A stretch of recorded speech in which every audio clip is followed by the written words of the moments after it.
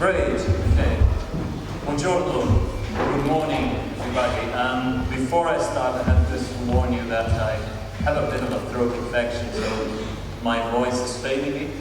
It may happen that during the presentation my voice will disappear, so bear with me. I've got my bottle of water there, so it should be fine. Other than that, I know let's see how it goes.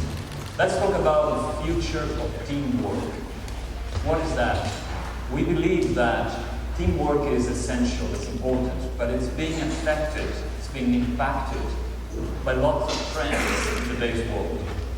In a fast-changing world, the very word of teamwork is actually being affected. So we're going to see what the trends are and what some of the practices that we have in our company, Atlassian, that we do to meet all of that, to make sure that teams are happy, are also collaborative, and can be more creative in their work. So this is more or less what we're going to talk about. But maybe some of you will be asking, this is really important. Why should we be talking, spending time listening to a session on teamwork? Well, there are many reasons for that. But let me try and give you an example which I believe is something that you have experienced or you're familiar with. So let's suppose you have a product, a service, an app, and it breaks. It does happen, right? It happens with the best products, the best services, the best apps. Something goes wrong, and your customers start seeing this infamous 404 messages, right?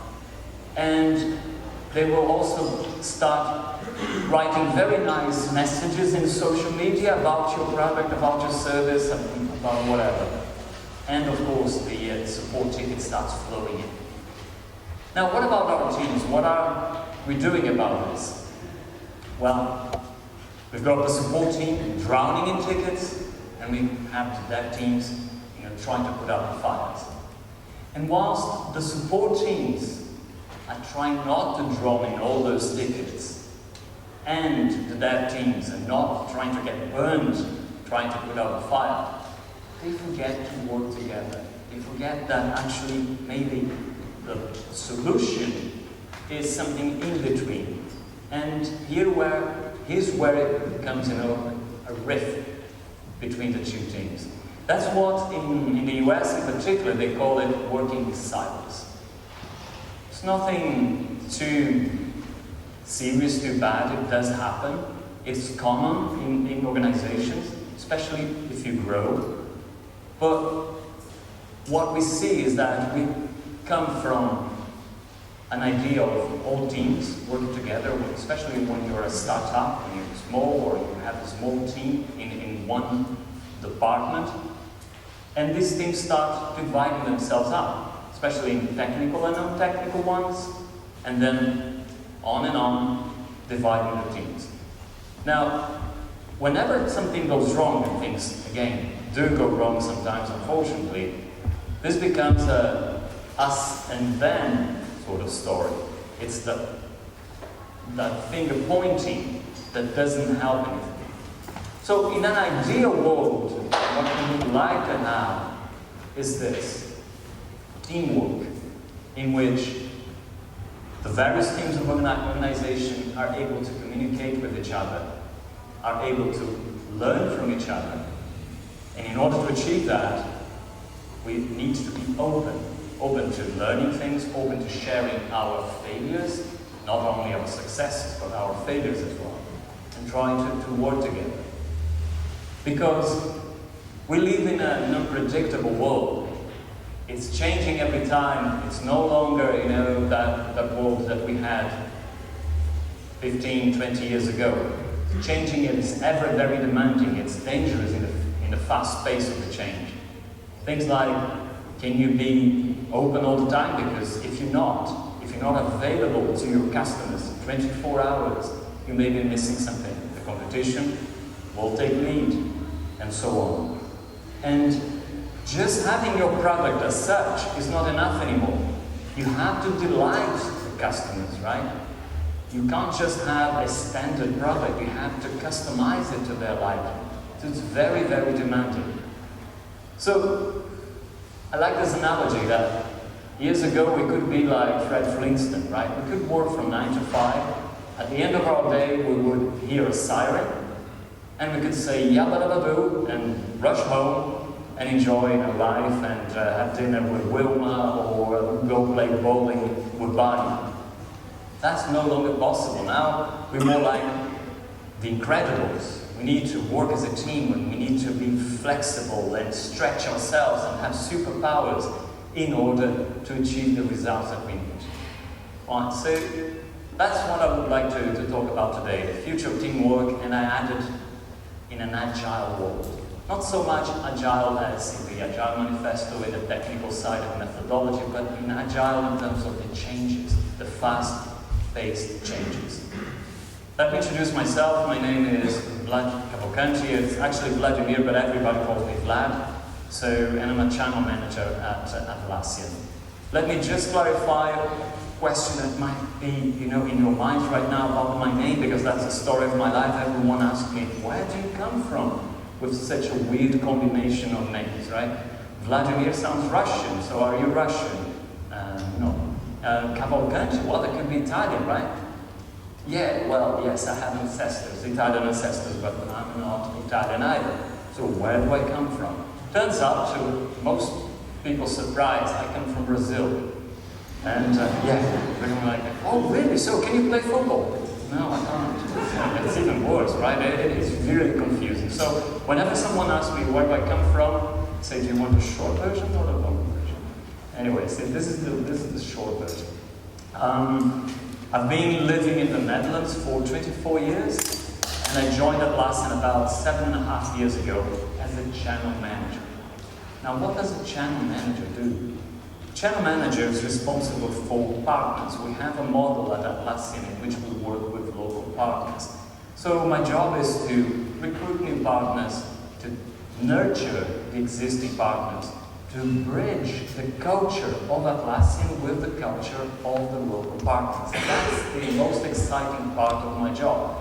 Because I'm here today with you. I was in Israel last week. I will go to Spain next week. So everywhere I go, it's a different culture, a different work environment, different languages, of course. And I need to help them understand our culture and help our people inside Atlassian understand the partners as well. So that's a very long explanation for what I do for a living, right? There is a reason for that. Just bear with me and we'll get there. Anyways, so let me introduce you to Atlassian. I'm not sure if you're familiar with. Atlassian is, we are the makers of Jira, Confluence, Jira Service Desk, Bitbucket, that you probably know. And we have this mission, very simple, yet very daring. Unleash the potential of every team. We started as a company providing products for software developers, software developer teams. But we evolved into that. Our products are now used by HR, marketing, finance, everywhere where there is a workflow, everywhere where teams need to collaborate with each other, they can benefit from Atlassian's products. So we want to unleash the potential of every team. And we are really, really obsessed about teams. So much so that sometimes we just, lay down on the streets and write team as our motto.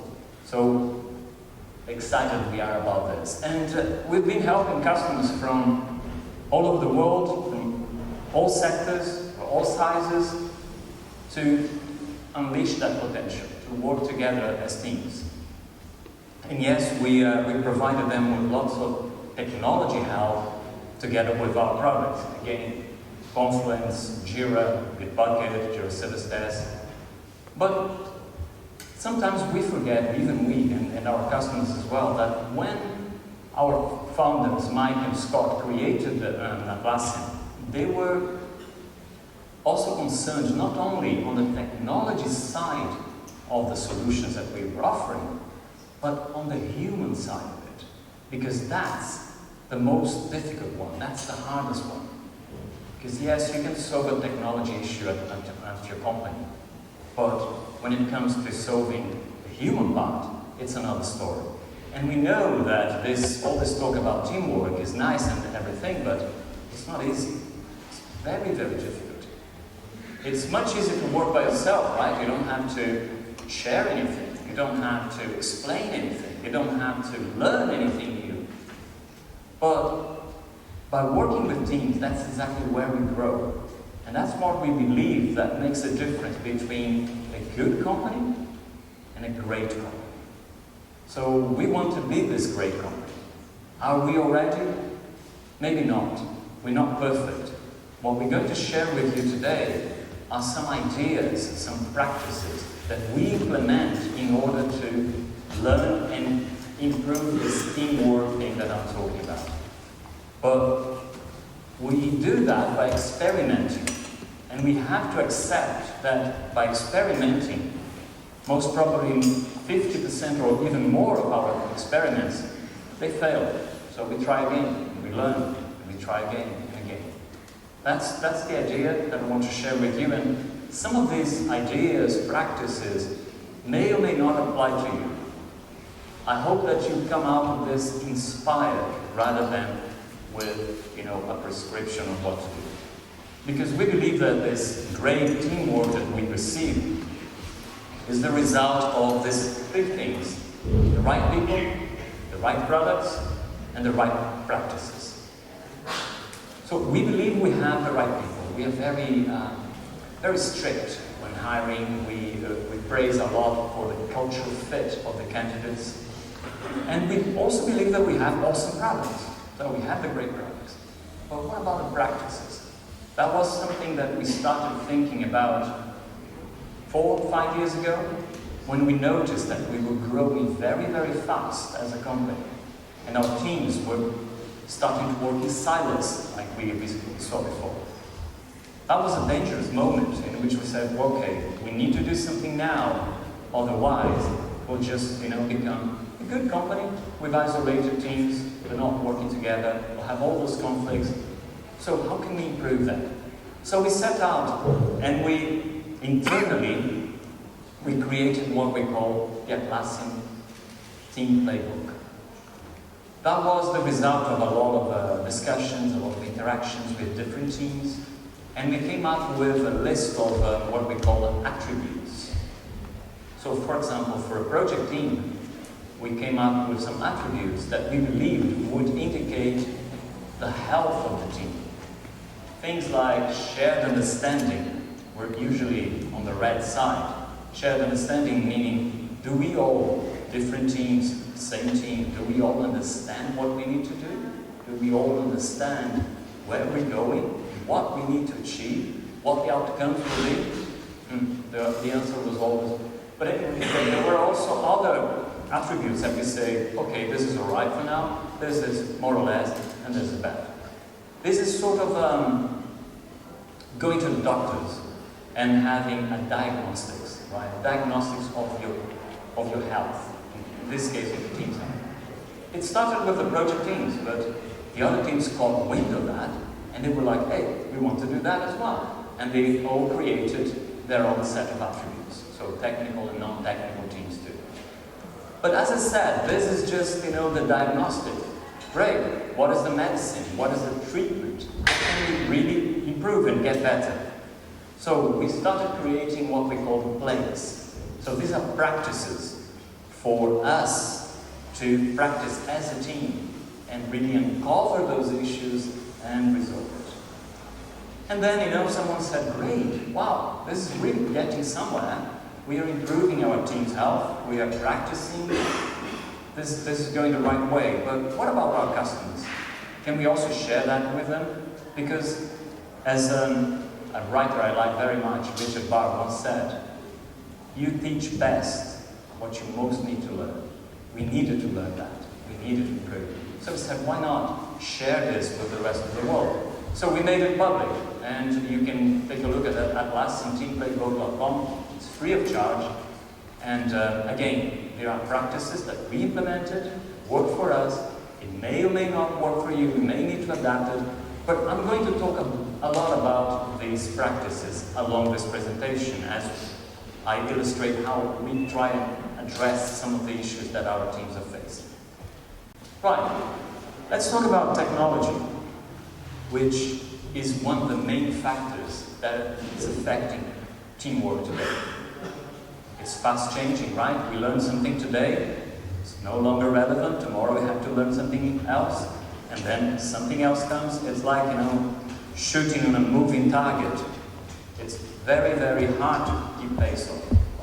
So, they say that we are in the middle of the fourth industrial revolution, the technology revolution.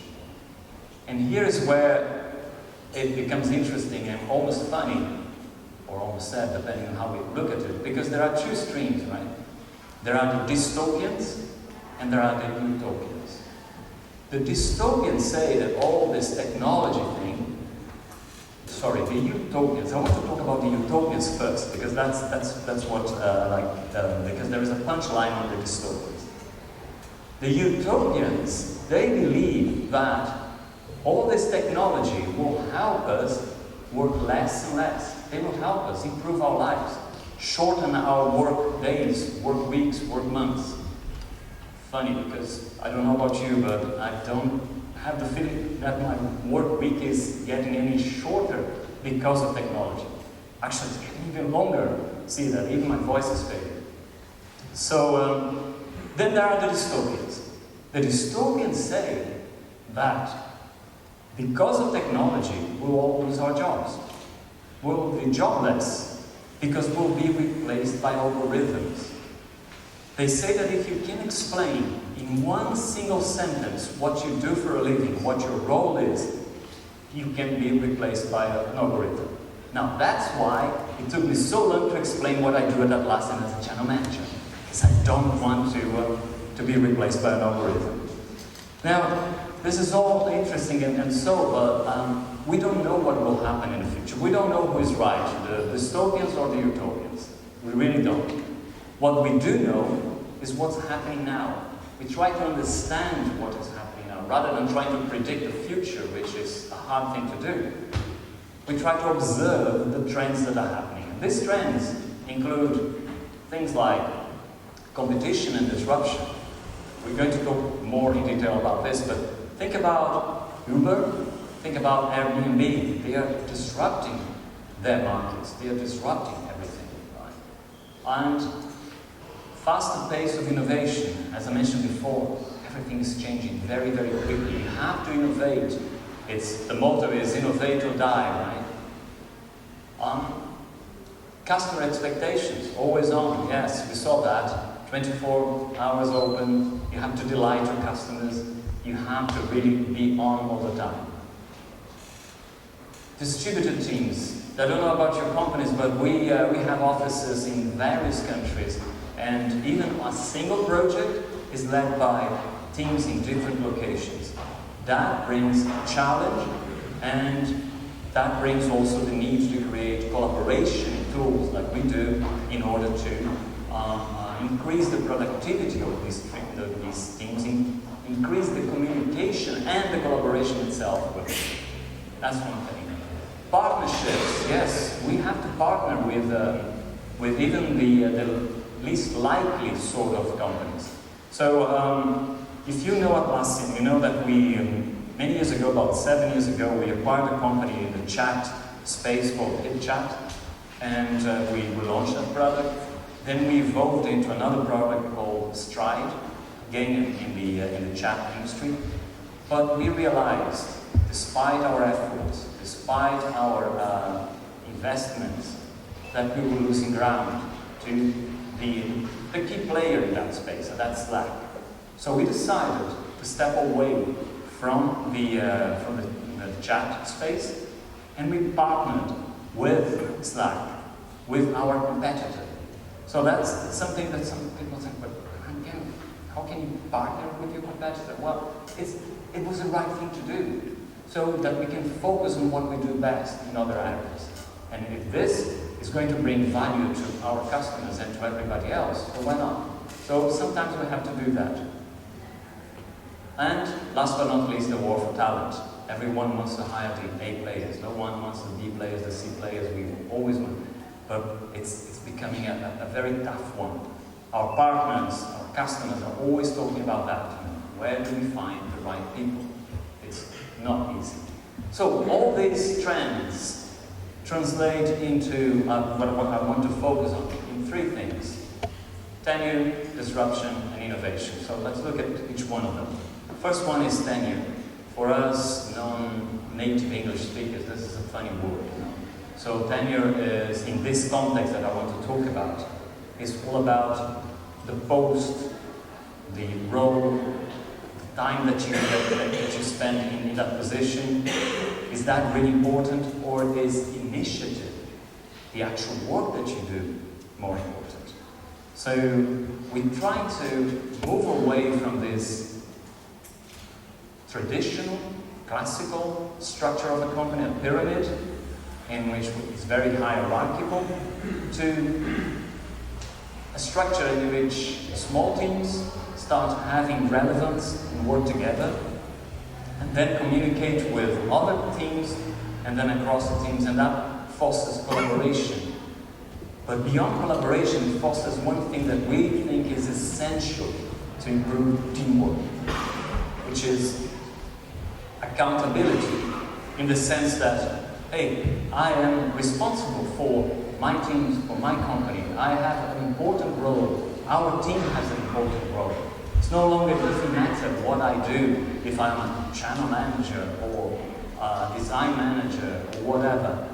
The most important thing is actually what we achieve, the outcomes of our work together. So, we use some team playbook plays to address that issue. One of them that we use is inclusive meetings. So let me give you an example. When I joined Atlassian, my team was 5 to 6 people.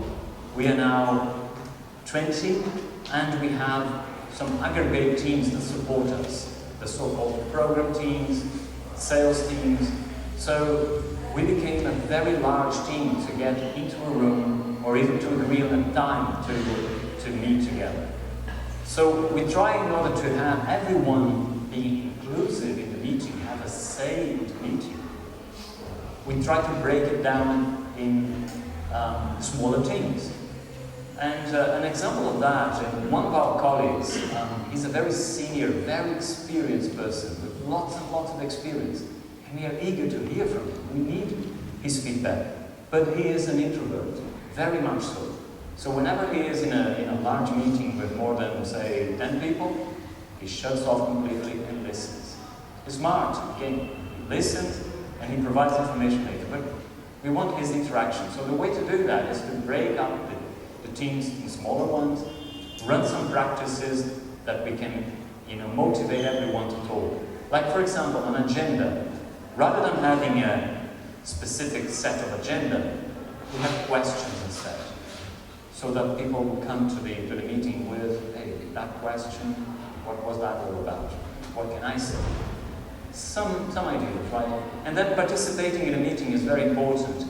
And we think that we will love this saying from Dan Pink: argue like you're right, but listen like you're wrong.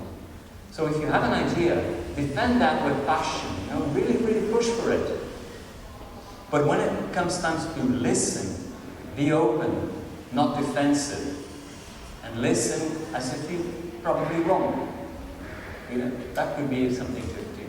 So again, talking about accountability, teamwork, inclusiveness, we want everyone to participate, to share the ideas. So we use our product confluence to motivate people to share anything. Like this one said, I went rock climbing in Colorado and I put a project together. So he shared with the whole team.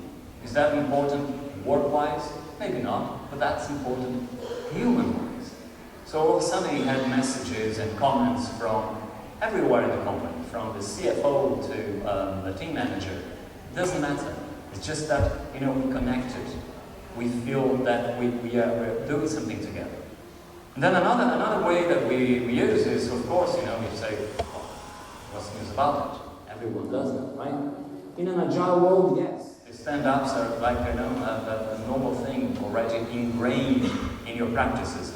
But when you come to more commercial, non-technical teams, daily stand-ups is a new thing. And in particular, when we have people who are not in the office, they are working remote or in different countries, that's the way we use to connect everybody. What I love about our daily stand-ups is that they are not compulsory. Okay? So you may or may not choose to participate, you may choose just to listen, you may choose to talk all the time, whatever. It's just, a way for us, it's there, it's a platform for us to use.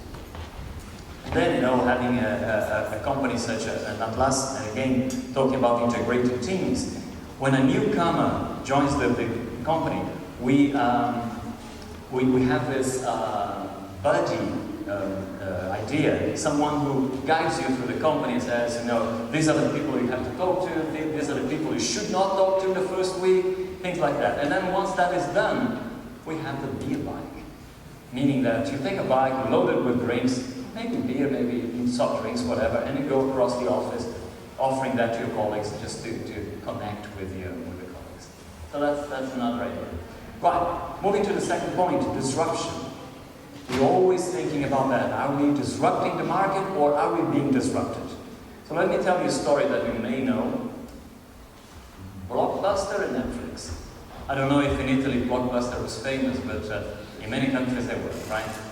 Blockbuster was quite an interesting, but they were a market leader, weren't they?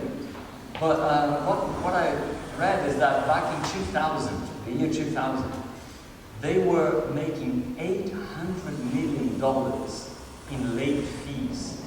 $800 million from people like me who were forgetting to deliver or return the video cassette in time and had to pay a fine. Right?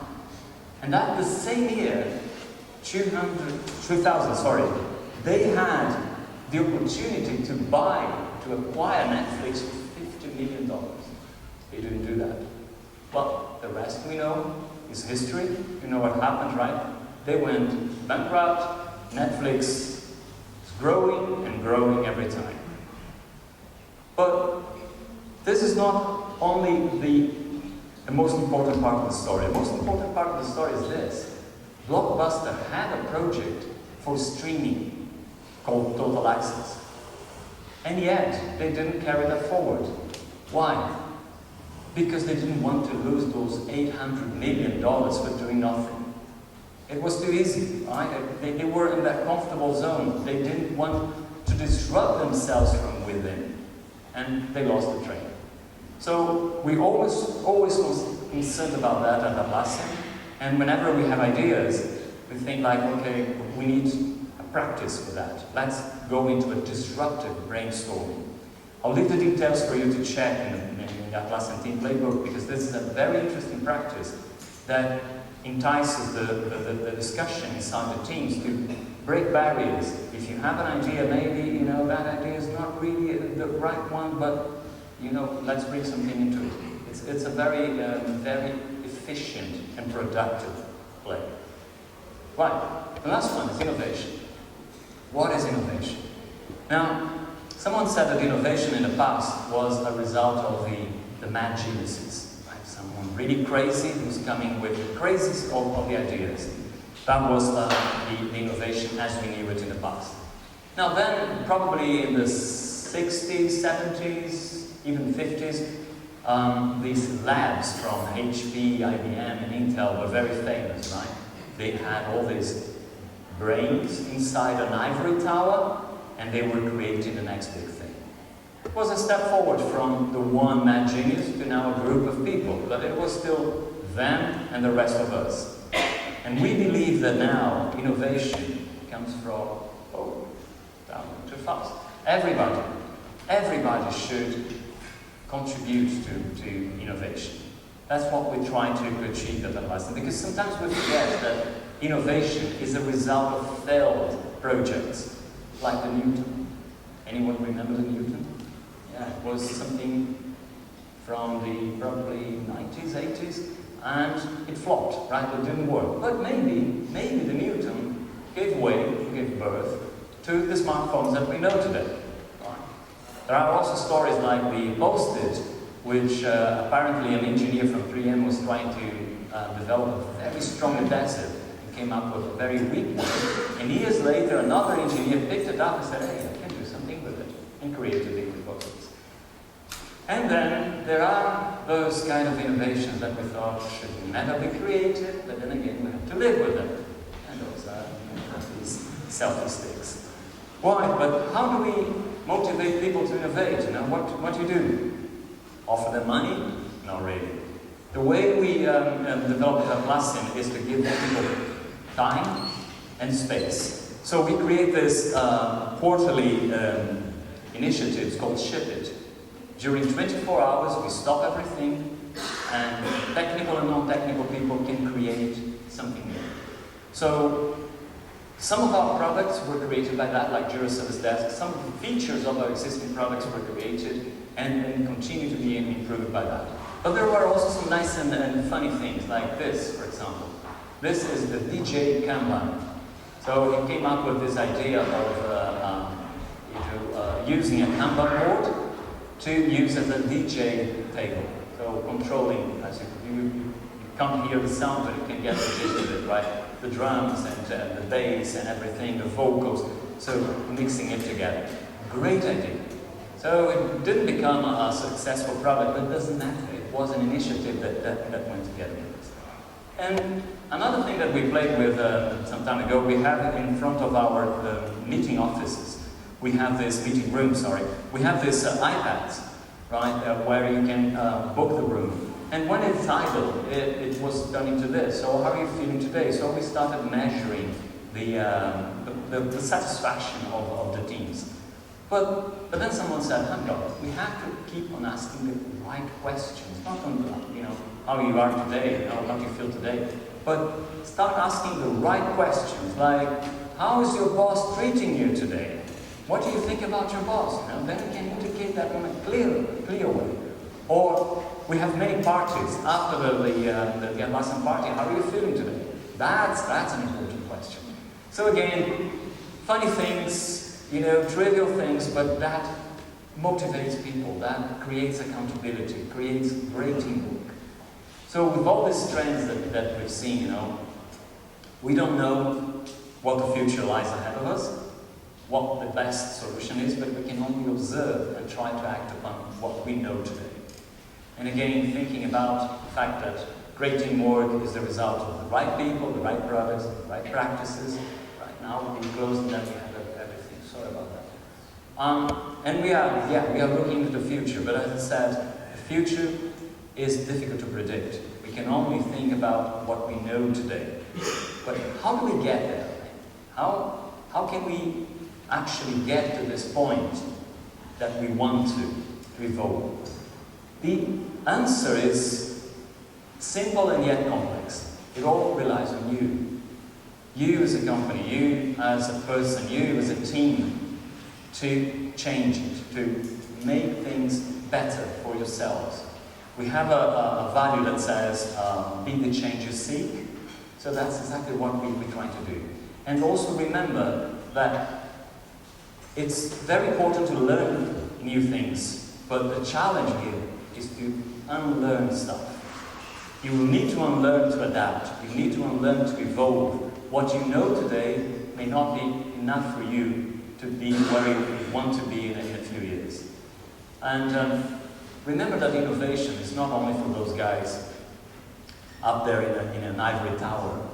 It's for everybody. Anyone can create new things. Have the craziest of the ideas, Try, experiment, fail. Fail is very important. And think about formal or informal. Shall we have the hierarchical structure in our company? Can we have something more open? Like, do we want to work in cubicles, or do we want to work in more open spaces where we can collaborate and hear from each other? And again, this is not for you to copy us. It's for you to get inspired. Some of these ideas, practices will not work for you. I take this. Some of them are maybe too American-oriented or specific to a company. But if you look at it, if you look at the team playbook, you may want to adapt some of the plays. You may want to have some ideas and maybe create something new out of it. That will be a great thing. Right, before I leave you, let me just tell you a little anecdote about my tenure at Atlassian. So as I said, I joined 7.5 years ago. And when I joined, I had a manager, and she came to me and handed over a small card, a printed card, that looked like this. And well, my stupid face became even more stupid. As I said, I didn't know I had signed up for a company that had a jail. And she said, no, silly, that's not what I mean. What I want you to do, I want you to go out and experiment and fail, take risks. And if you get into trouble, you come to me with this card and I'll get you out of trouble. Aha, all right, so give me 3 of those. And that's how I started at Atlassian. Thank you so much.